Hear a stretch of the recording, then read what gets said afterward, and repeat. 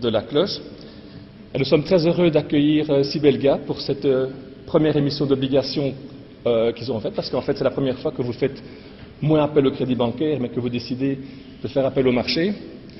Alors, j'ai directement, comme j'ai un certain sens commercial, j'ai demandé à M. Jules s'il était intéressé après de venir également côté des actions, mais il paraît qu'apparemment ça c'est pas encore pour tout de suite. Donc apparemment, l'obligation c'est une occasion de mettre, je dirais, un premier pied dans l'eau, un premier pied pour sentir un peu le marché.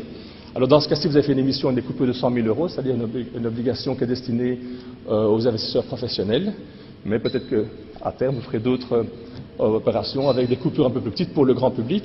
Bon, le nom est connu, hein, Sibelga, tous les Bruxellois savent que c'est le fournisseur de gaz et d'électricité et que donc c'est un nom grand public. Et vous savez que pour le grand public, les noms family name, comme on dit, c'est plus facile à placer que de devoir expliquer ce qu'on fait dans le marché.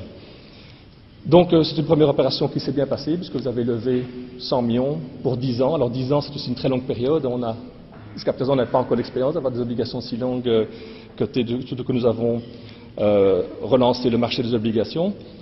Et alors une petite chose que je vais signaler, c'est qu'effectivement vous nous avez dit que la FSMA vous avait fait travailler assez longtemps, mais que heureusement ça a bénéficié parce que les taux d'intérêt ont continué à baisser. Eh bien à la limite on peut presque regretter qu'il n'ait pas duré plus longtemps pour qu'un jour vous ayez peut-être bénéficié de taux d'intérêt négatifs. En tout cas maintenant l'opération est lancée, c'est bien passé, tout le monde est content. Nous voyons nos amis de Fortis qui sont là puisqu'ils ont toujours bien travaillé ce genre d'opération. BNP Paribas est la banque la plus active sur ces marchés. Maintenant monsieur Jules, je vais vous inviter à sonner la cloche dans 13 secondes.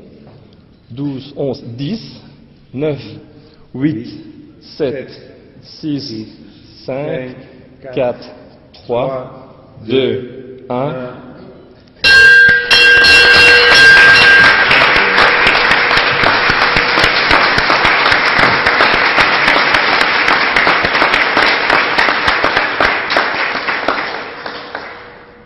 Alors, comme on peut le voir, malheureusement, vous avez lancé le signal de départ pour une course plutôt vers le bas, puisque apparemment toutes les valeurs sont dans le rouge, mais ce n'est pas de votre faute.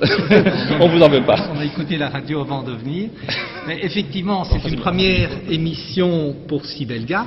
Sibelga est une entreprise très connue à Bruxelles, malheureusement connue surtout à Bruxelles, ce qui limite un petit peu notre notoriété pour avoir des ambitions plus larges, en tout cas à court terme, mais certainement nous trouvions tout à fait normal d'essayer d'être cotés ici à Bruxelles et nous nous réjouissons que ça a pu se passer, même si ça a pris quelques petits délais additionnels. Alors effectivement, Sibelga c'est quelque chose qui a une certaine importance dans le contexte bruxellois, puisque c'est quand même une entreprise qui a 900 millions de fonds propres et 1 millier de collaborateurs et qui jusqu'ici s'est bien débrouillé avec son système de régulation pour présenter un profil financier et de rentabilité équilibré. Mais c'est une entreprise qui évolue.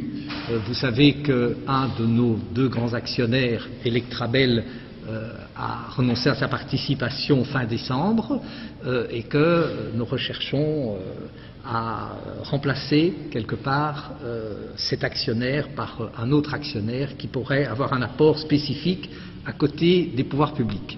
En tout cas, cette première émission, c'est sur un trajet d'évolution de Sibelga, un trajet qui, en termes de gouvernance et d'information financière, doit nous faire progresser. Nous avons bénéficié pour cette émission du soutien très professionnel de Xavier Rémy et Mouna Super et aussi de Madame Dior et des équipes de Fortis et nous les en remercions.